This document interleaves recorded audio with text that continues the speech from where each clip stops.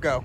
Natavius Davis, lead yard instructor for Salt Lake City 160 Driving Academy. Boom. That's the logo. All right, so this is video 2. We're doing Form B, which is going to be the side of the tractor and the rear of the tractor for the state of Utah. Okay. Now, I'm going to point out the new addition, which is going to be back here. We got to mention a depth tank now, of all things. But what we want to start with is, I want to make sure that we say our rear view mirror is properly mounted to our door, nuts and bolts present and tight. The bracket itself is not cracked or broken or damaged, and our mirrors are clean and clear. They're not cracked or have any rock chips, and they are free of illegal stickers. Okay. Our door opens and closes properly. Okay. Our door latch is not damaged. The hinges themselves are in good working condition. They're not broken or damaged. Our door, I always like to give a little, not sagging or loose. Okay. We have our weather stripping going all the way around, or my door seal going all the way around. It's intact. It's not broken. It's not dry rotted. Okay. And then even though my window is open, but I know this is where we would address our window. We say our window rolls up and down freely. It is clean and clear. It's not cracked, broken, or has any rock chips. And it is also free of illegal stickers. And in case of an emergency, this would be my exit. We'll come down to our little secret compartment right here. And this is where I have my battery box. And this is where we have our depth tank. Our depth tank is the new addition to the Utah pre-trip starting September 1st. The battery box has not been spoken of yet, but we'll wait and see. But the depth tank is on the new test. So we're not going to address our depth tank, and we're going to say that it's properly mounted, nuts and bolts present and tight. It appears to not be cracked or broken simply because we can't see all the way around. And if we're going to check for leaks, just want to make sure we say it doesn't appear to be leaking. Depth tank usually, depth fluid, when you see it on the ground, it usually looks like a white frosty material. So you'll see it if it's leaking and starts to dry. It looks like a white frost trail or something like that. But my depth tank is also equipped with a good cap that's not missing, it's not cracked or broken, and it is also not leaking. And I know this because it has a seal that's not dry rotted. Quick and easy. And then we'll go to my steps. We'll say my driver's side steps are securely mounted, nuts and bolts present and tight. They're not cracked or broken or damaged. They are also clean and clear and free of debris such as oil, and then harsh winter conditions, ice, and they support my weight. So we just want to make sure that we don't have any loose steps. You step on that and toast. You got your whole tendon, your Achilles, whatever. All that's going bye-bye. All right, so this one I do specific to Utah because this is what I call cover your own tail. We're gonna keep it G rated. So because this Freightliner in particular has all of the emergency equipment on the outside, I say we address it on the outside. Whether that's going to be on the test now, specific to the truck, I don't know. I can guarantee you one thing though. All of this equipment you get graded for during your in-cab inspection. So I have my guys do it twice when it comes to this truck in particular. So if you're ever testing on this truck, we do it twice. But I train that way just to get in repetition of doing it twice, because even with the International that I have, you have some of the safety equipment that is in the outside storage compartment. The fire hydrant or the fire extinguisher on that International is actually mounted toward right beside the driver's side seat. Okay. So with my safety equipment, it is fully stocked with a fully stocked first aid kit. I have my 3 DOT reflective triangles that are not damaged and they are present. I have my spare fuses and spare rubber glad hand grommets, which are all present as well. And then last but not least, I have my fully charged red ABC rated and dated fire extinguisher with the security pin properly locked in place. It is mounted to the cabin floor with the clamp that's present and locked. And that's pretty much all we have to say. You know, we got to make sure we say that it's fully charged. That's giving the examiner the indication to know that the meter is full. We got to make sure that we say that it's rated and dated. That lets us know that the inspections and upkeep have been taken care of. The red ABC is also distinguishing what type of fire extinguisher and what kind of fires it can extinguish. All right, so we got to make sure we get all of that information really quick and easy.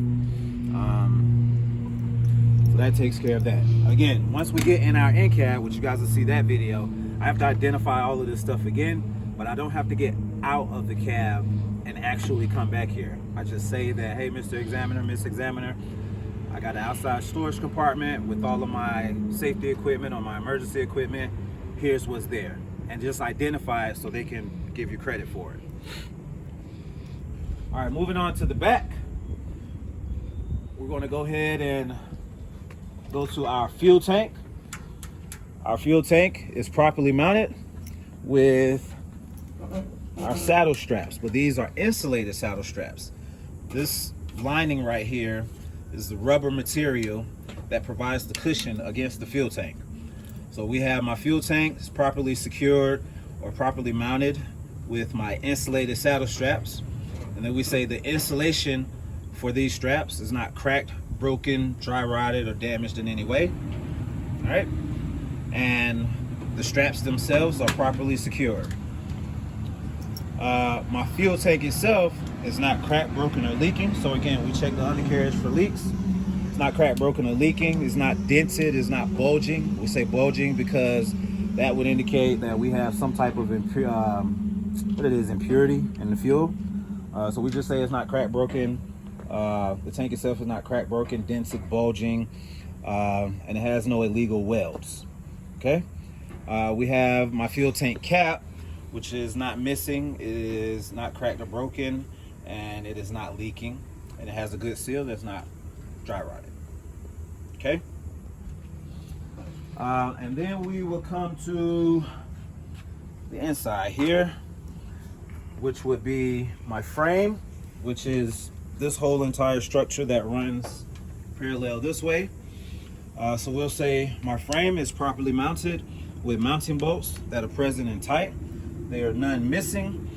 My frame itself, the frame itself is not cracked, broken, it's not repair welded, it's not bent, it's not bowing, it's not sagging or damaged in any other way, and it is straight. Okay? We've got the same condition for our cross members. They run across here, and then we have one that run across here. All right, so we have my cross members that are mounted to my frame with mounting bolts again. The mounting bolts for these are right over here that are present and tight. The frame or the cross members itself, they're not cracked, broken, repair welded, they're not twisted, bent, or damaged in any way. And then we have my drive shaft, which is this guy. Right along here, all the way back to here. From here to here is my drive shaft. All right, so what we would say is my drive shaft is properly mounted with two U-joints. Now the U-joints are these things right here. They form this U shape right here. All right, and we got to address those just like we did on our, see that, that U formation right here? That's my U-joint. So we have to address those similarly, or the same way rather, just like we did on our steering column. And those are a part of the drive shaft, but they're still a separate part when it comes to the test. So we say our U-joints themselves, they're not cracked, broken, or repair welded, and they have dry bushings in here, so we don't have to really worry about the lubrication. But once we say they're not cracked, broken, or repair welded, we go right back into the drive shaft. Okay? So we'll say the drive shaft is not cracked, broken, or repair welded. It's not twisted, it's not bent or damaged in any way. Okay, that takes care of that. Then we have, so this could be a part of the coupling system. I'm actually waiting for confirmation from the examiner, but since we're right here, I'm going to go ahead and identify it.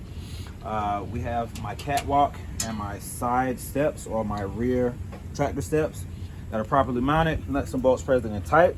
They're not cracked, broken, damaged in any way, and they are clean and clear, free of debris such as oil or grease, or during winter months, any icy conditions. All right. Now, I'm gonna get up here. Well, that's 36 for you, boy. That's 36. All right. So back here we have the exhaust. It's imperative that you guys don't forget this, because we have the exhaust muffler. I know we talked about the exhaust system in Form A, but now we talk about the exhaust muffler in Form B. And then this one in particular is mounted right here with this U-bolt. All right, this is a U-joint from the drive shaft, and this is a U-bolt. All right, so we'll say my exhaust muffler is properly mounted with a U-bolt that I can see is present and tight, and my U-bolt has two nuts that are present and tight. The U-bolt itself is not cracked, broken, or repair welded. And then we go right back into our exhaust muffler. Our exhaust muffler is not cracked, broken, illegally welded, or dented, and there is no black soot, which would indicate an exhaust leak.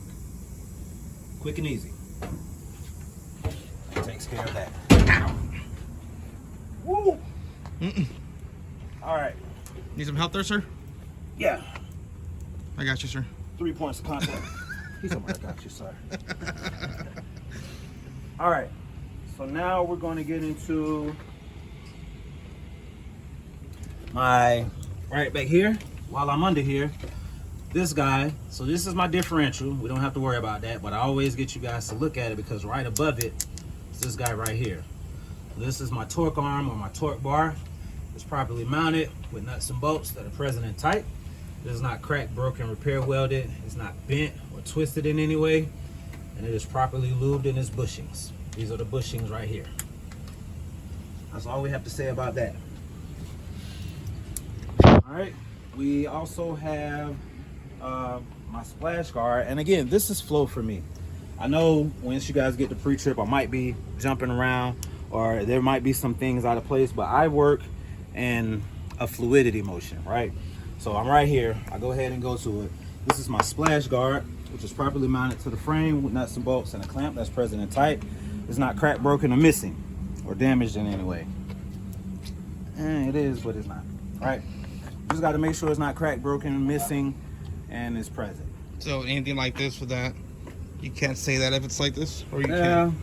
but you got to keep in mind, this is just for testing purposes. So once we get out in the real world and get our CDL, this is actually what we're telling the examiner. This is what we'll be checking for in real situations. Okay? All right. Now we're going to get into our axle. Now here's where things can... I'm just going to give it to you the way that I want you guys to practice, because this is what's going to save time, but this is what can kill you. It's a double-edged sword, because we can basically say all of the pieces that are here that are the same as my steer axle, I will inspect those pieces the same way.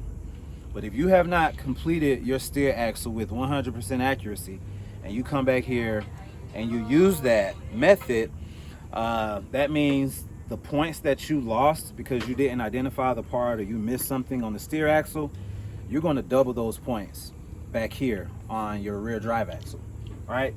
So like I said, it's a double-edged sword. It's hit or miss. It can save you a whole lot of time, but it can rack up some points on you really, really quick if you're not absolutely sure and confident that you've covered all the material that you need to take care of.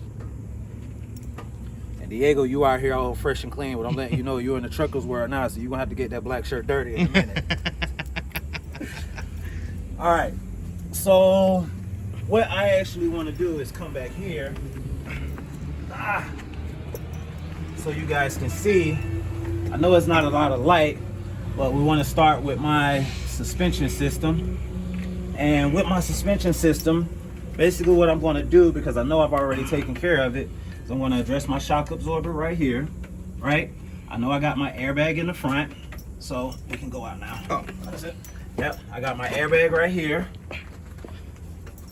My shock absorber, my airbag, and then we have my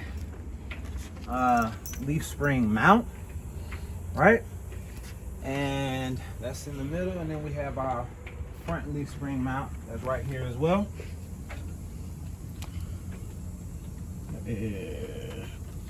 Where is it? Oh, right here. I was looking for it. Okay. And my leaf spring. So right now I'm identifying all of the parts that I want to say that I will inspect those parts of my suspension the same way as I have done on my steer axle. Okay. There's one exclusion back here, because now the addition is we're addressing that airbag up there, and I know now that that's an airbag mount. But right here, see that U shape? That is a U-bolt. So this leaf spring is actually secured to my axle back here with 2 U-bolts and 4 nuts that are present and tight. The U-bolts themselves are not cracked, broken, or repair welded. And that's all I'd have to really mention about my suspension system now, because I know the difference here to there. All right, now as far as my braking system goes, I am going to address my, I can see it, but I can't. Let me come at it from back here.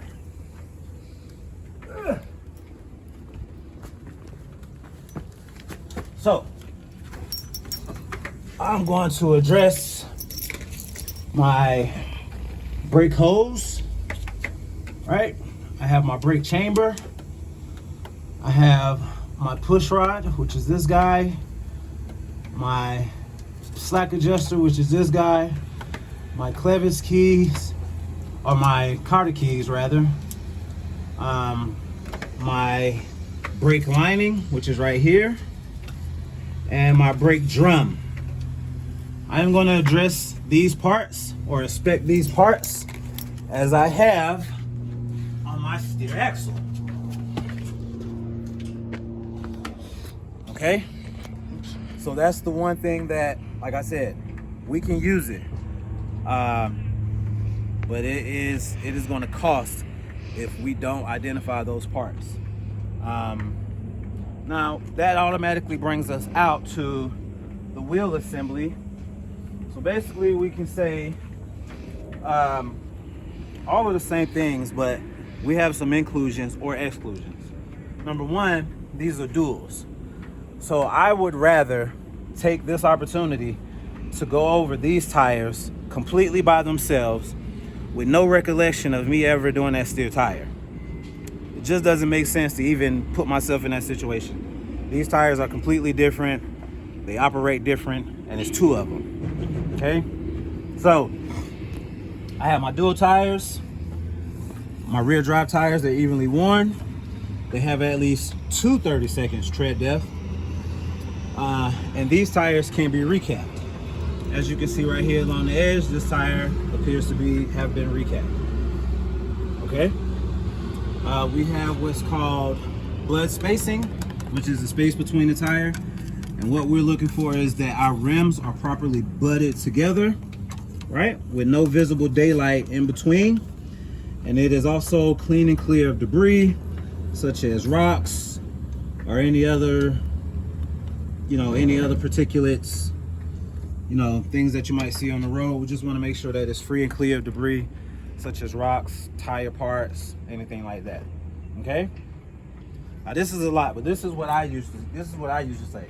I want to say that my inner sidewalls of my inner tire and my outer sidewalls of my outer tire are properly beaded to both the inside and outside rim. They don't have any audible air leaks. And my sidewalls of both of my tires appear not to have any abrasions, bulges, cuts, dry rot. You know what I mean? And so then we go and we address our rim, and we can basically just say, for this part at least, I will inspect my rim as I have on my front steer axle. I will inspect my lug nuts as I have on my front steer axle. Okay? Now, this is called an axle seal. This is not a hub seal. This is an axle because this runs directly into your differential back here, or your axle. All right? So my axle is securely mounted with bolts that are present and tight. There are none missing. It is not cracked, broken, or appears to be leaking. And the way that I have you guys check for leaks is we have a seal that's back here. You just run your hand behind, and as long as it's dry, it's not leaking. If it were leaking, you will see an oily residue around your rim. But if it were leaking, you would stop and go and have your axle seal professionally serviced, because this is a sealed, sealed system. Okay? Now the only other difference with this one is that there are two valve stems. You have one here, you have one right here. All right, so I have two valve stems back here. They are opposing each other. They are both straight. They're properly mounted. They're not cracked, broken. There are no audible air leaks. They both have good dust caps that are present and tight. And this is where I check with a tire pressure gauge for both of my tires to ensure that they are inflated to the proper operating level. Okay? So that takes care of the entire axle itself. And then I would basically say I would inspect this axle, or I would inspect this axle as I've done this axle. That way you're not, rinsing and repeating. Okay? So that's all you have to say is just, I would inspect that as I inspected that. Yeah, because both of these are the same. So I would inspect everything on this axle as I have that one. As long as we take one and we go through and identify everything. So like I said, we still have our suspension system, we still have the braking system, we still have the wheel assembly. It's just that I'm not going to take the time to address or even make that mistake, like I said, because these are duals, and say I will inspect this as I have the steers, because the steer is by itself. Now this comparatively we can use when we get back to the tandems, but again, make sure you identify the inclusions or exclusions, and we'll go over that once we get to the rear of the trailer. All right, now for here, we say that I have my mud flap that is properly mounted, nuts and bolts present and tight. My mud flap, it is not cracked or missing or dragging. Now we see that it's dragging right now. That's because I have no air in my system, so it's at a low air pressure right now in the airbags, so it's on the ground. But at proper inflated levels, this is about 1.5 to 2 inches off the ground. Okay, so it is not ripped, torn, or missing. And then it is also equipped with 100% of DOT C2 reflective tape. There's your cheat code, DOT C2 reflective tape. That's going 100% across the back of the mud flap, and it is not ripped, torn, or missing, and it is red and white in color. All right, and now, boys and girls, we get into our light functions. So we have our running lights, right? We have our turn signals. We have our brake lights, and then we have our four-way emergency flashers. They are all red in color, and they are properly mounted with screws to this assembly that are present and tight. They're not cracked or broken, and there's no holes or condensation in my fixture. And last but not least, we also address our reverse lights that I would inspect the same way as my other lights, and these are clear in color. All right, I think that's it. Am I missing anything? I think I got everything as far as the rear of the tractor. Is it Form B that you have to mention the clearance, or is that the... No, that's the coupling system, I believe. Okay. Yep. Are we done with this one? This All right, section? that's it.